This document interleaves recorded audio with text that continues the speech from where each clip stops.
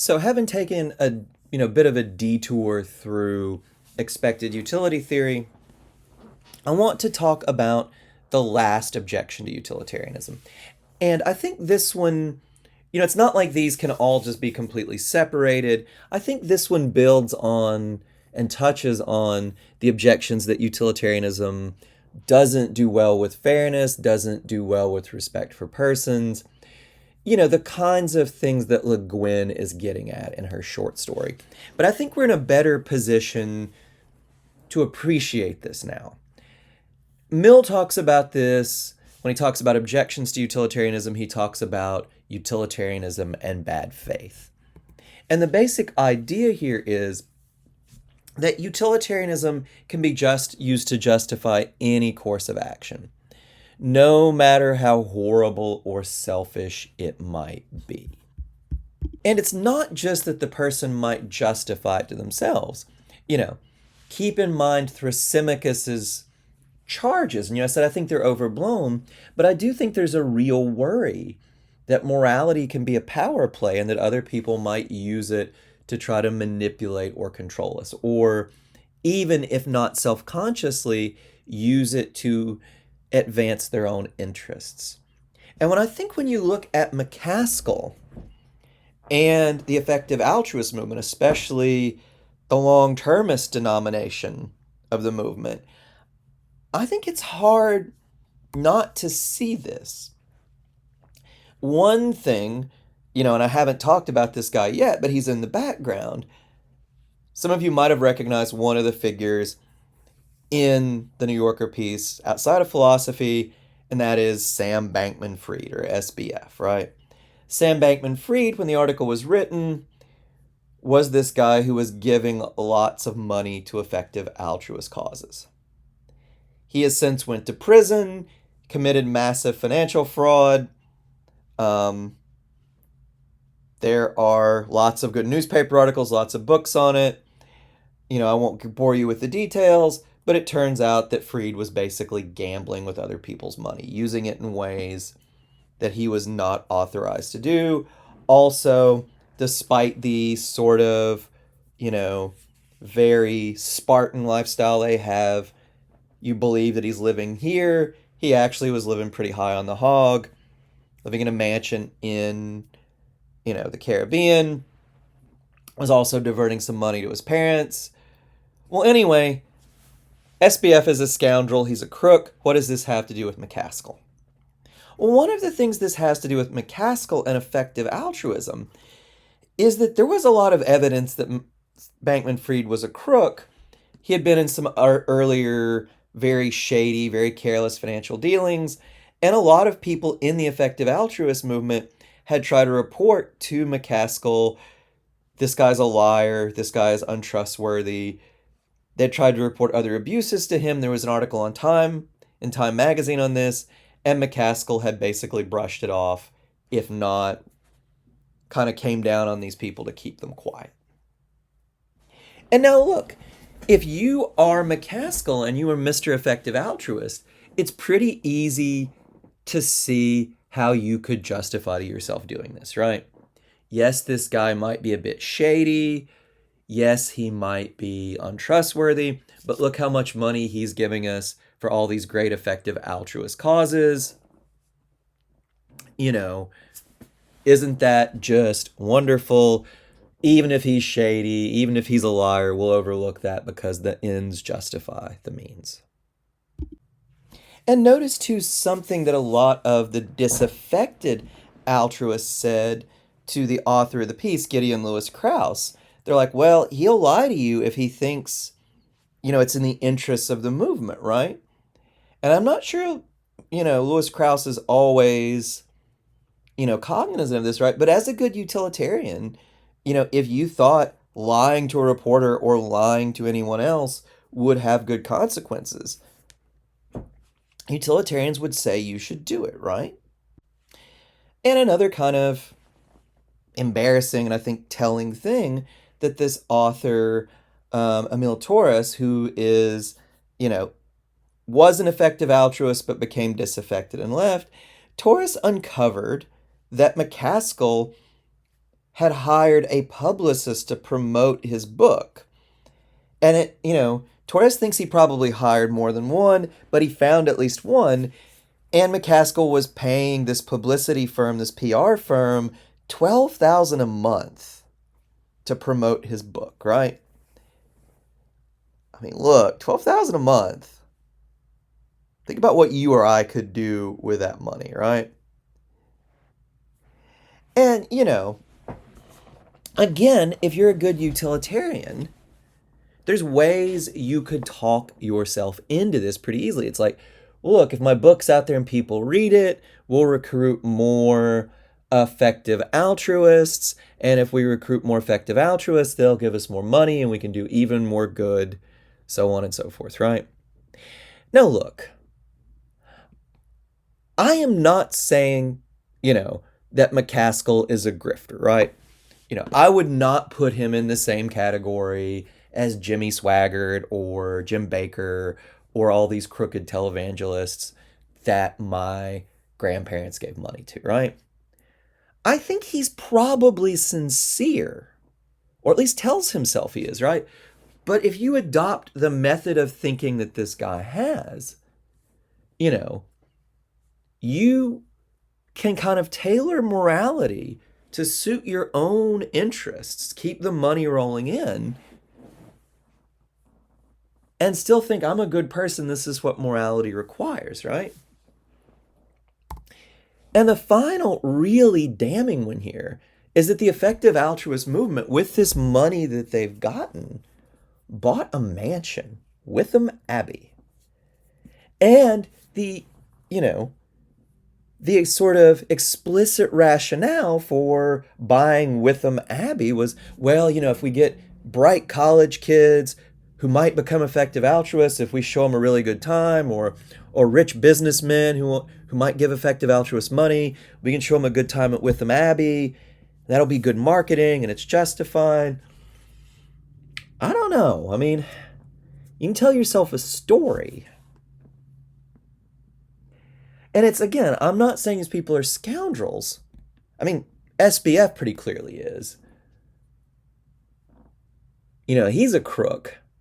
I'm not saying that all or most are, but I think there's something about utilitarian theory that allows these people to tell themselves a story about how something that most of us would see is only to their benefit, a sort of luxury, is really morally required because it has these great consequences. So, I worry very much about that. I almost think it's more scary if someone like McCaskill isn't a scoundrel, if they're sincere, if they're not a grifter, than if they were, And this brings me to John Stuart Mill's response. And Mill's response is that any moral theory can be used to justify shabby, if not outright awful things.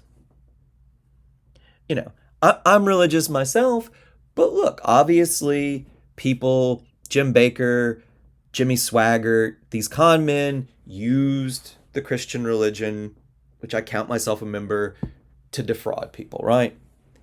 Even if some of these utilitarians like SBF are just outright grifters, con men, well, other moral theories can be used for that too.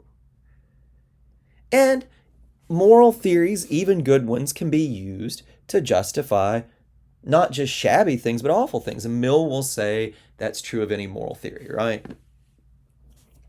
Christianity says love your neighbor as yourself. Somehow we get these fanatics in the Middle Ages who think they should burn alive anybody who disagrees with them, right? If love your neighbor as yourself can be twisted into that shape and used to justify that, well, Mill will say any moral theory runs this danger. Yes, utilitarianism can be misused, but that's not an especial objection against utilitarianism, right? He would just say we need to be cautious about morality. I don't know, though. I think Mill is right that any moral theory can be misused, that it can be used to justify self-serving, if not awful things. But my worry is that utilitarianism is especially open to this, right? Let me give you guys an analogy, right? My dad, God bless him, was never big. I'm not gonna say was. He's still around and he hasn't changed. He's never been big on like safety.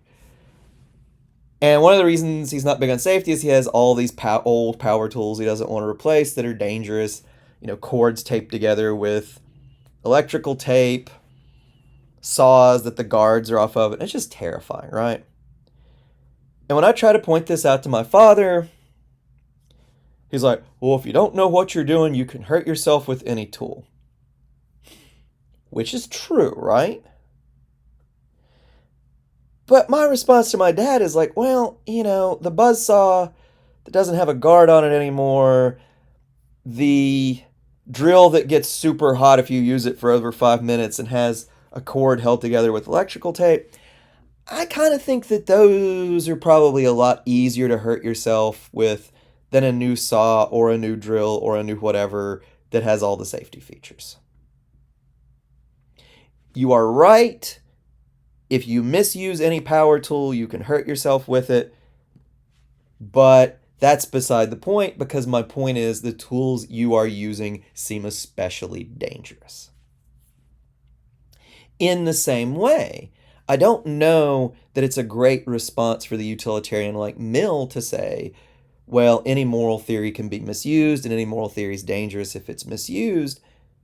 Because the charge is, at least the intelligent charge is, well, isn't utilitarianism especially open to this? And look, I'll give you guys a final example here. And this is not just me trotting out example after example of utilitarians behaving badly. I do think this is relevant, right? Mill himself was in a lot of ways an admirable person, right? But Mill worked his entire life for the British East India Company. And the British East India Company is just insane. There's a podcast I really like called Empire, and they talk about the British East India Company. The British East India Company, it's nuts, right? It's a private company that somehow came to dominate and exploit an entire country. I mean, it would be like if we woke up tomorrow and Amazon had invaded Mexico and took over, right?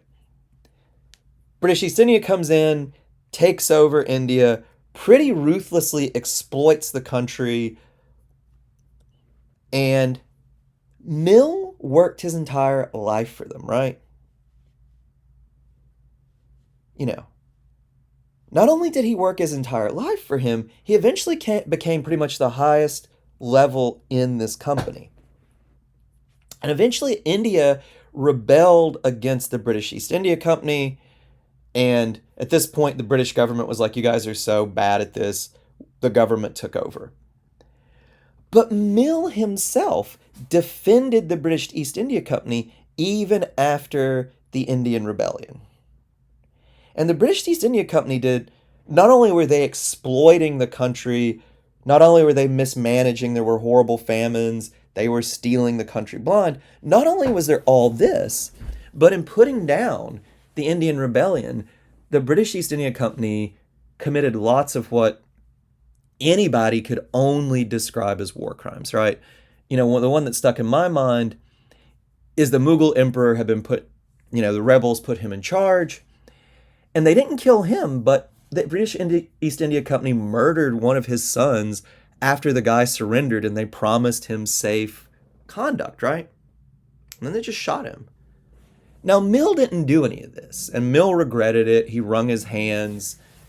But Mill justified the British East India Company even after all this atrocity. And why did he do that? He's like, well, Mill wasn't a racist. He didn't think some races were superior to others. But Mill did think some cultures were superior. And he convinced himself in good utilitarian terms that the British East India Company was bringing his, and I want you to picture the scare quotes here because they're there, superior British culture to India. And yes, Mr. Mill thought it's very regrettable, there's been some unpleasantness, but it's all justified because in the long term, we will bring our superior culture and everybody will be happy, it'll be justified. And again, I don't think Mill was a scoundrel, but it's scary that he could talk himself into believing this in utilitarian terms. Now, next week we'll start talking about Kant, or in a little bit, and Kant, actually more than Mill, Kant had some attitudes that I think, if you look at some of his published writings, could only be described as racist, right? They're not great. But despite his personal attitudes, Kant thought that colonialism, one country conquering and exploiting another, he thought that was wrong. And it's not, my point here isn't like Mill is a bad guy, Kant is a nice guy. Personally, I think Mill, I don't know. Personally, he might have been a more admirable person than Kant. But Kant's moral theory was very clear that colonialism was wrong for reasons we'll get to. And despite some personal prejudices, Kant followed his moral theory. It put some checks on his personal prejudices in a way that Mill's utilitarianism didn't. Mill's utilitarianism gave his cultural prejudices just free license to run, right? So my point here isn't about John Stuart Mill versus Kant. My point is that the theories they espoused, it seemed to let Mill justify some pretty horrible things in a way that wasn't open to Kant, even if Kant had some nastier attitudes. Now we'll talk about why that is, what Kant's moral theory is next time. Kant is not a utilitarian, he is not a consequentialist. But I think in this example, I think it does give you some really powerful reasons to worry about the utilitarian approach and to think that Mill's answer, yeah, any moral theory can be misused, is not at all satisfying.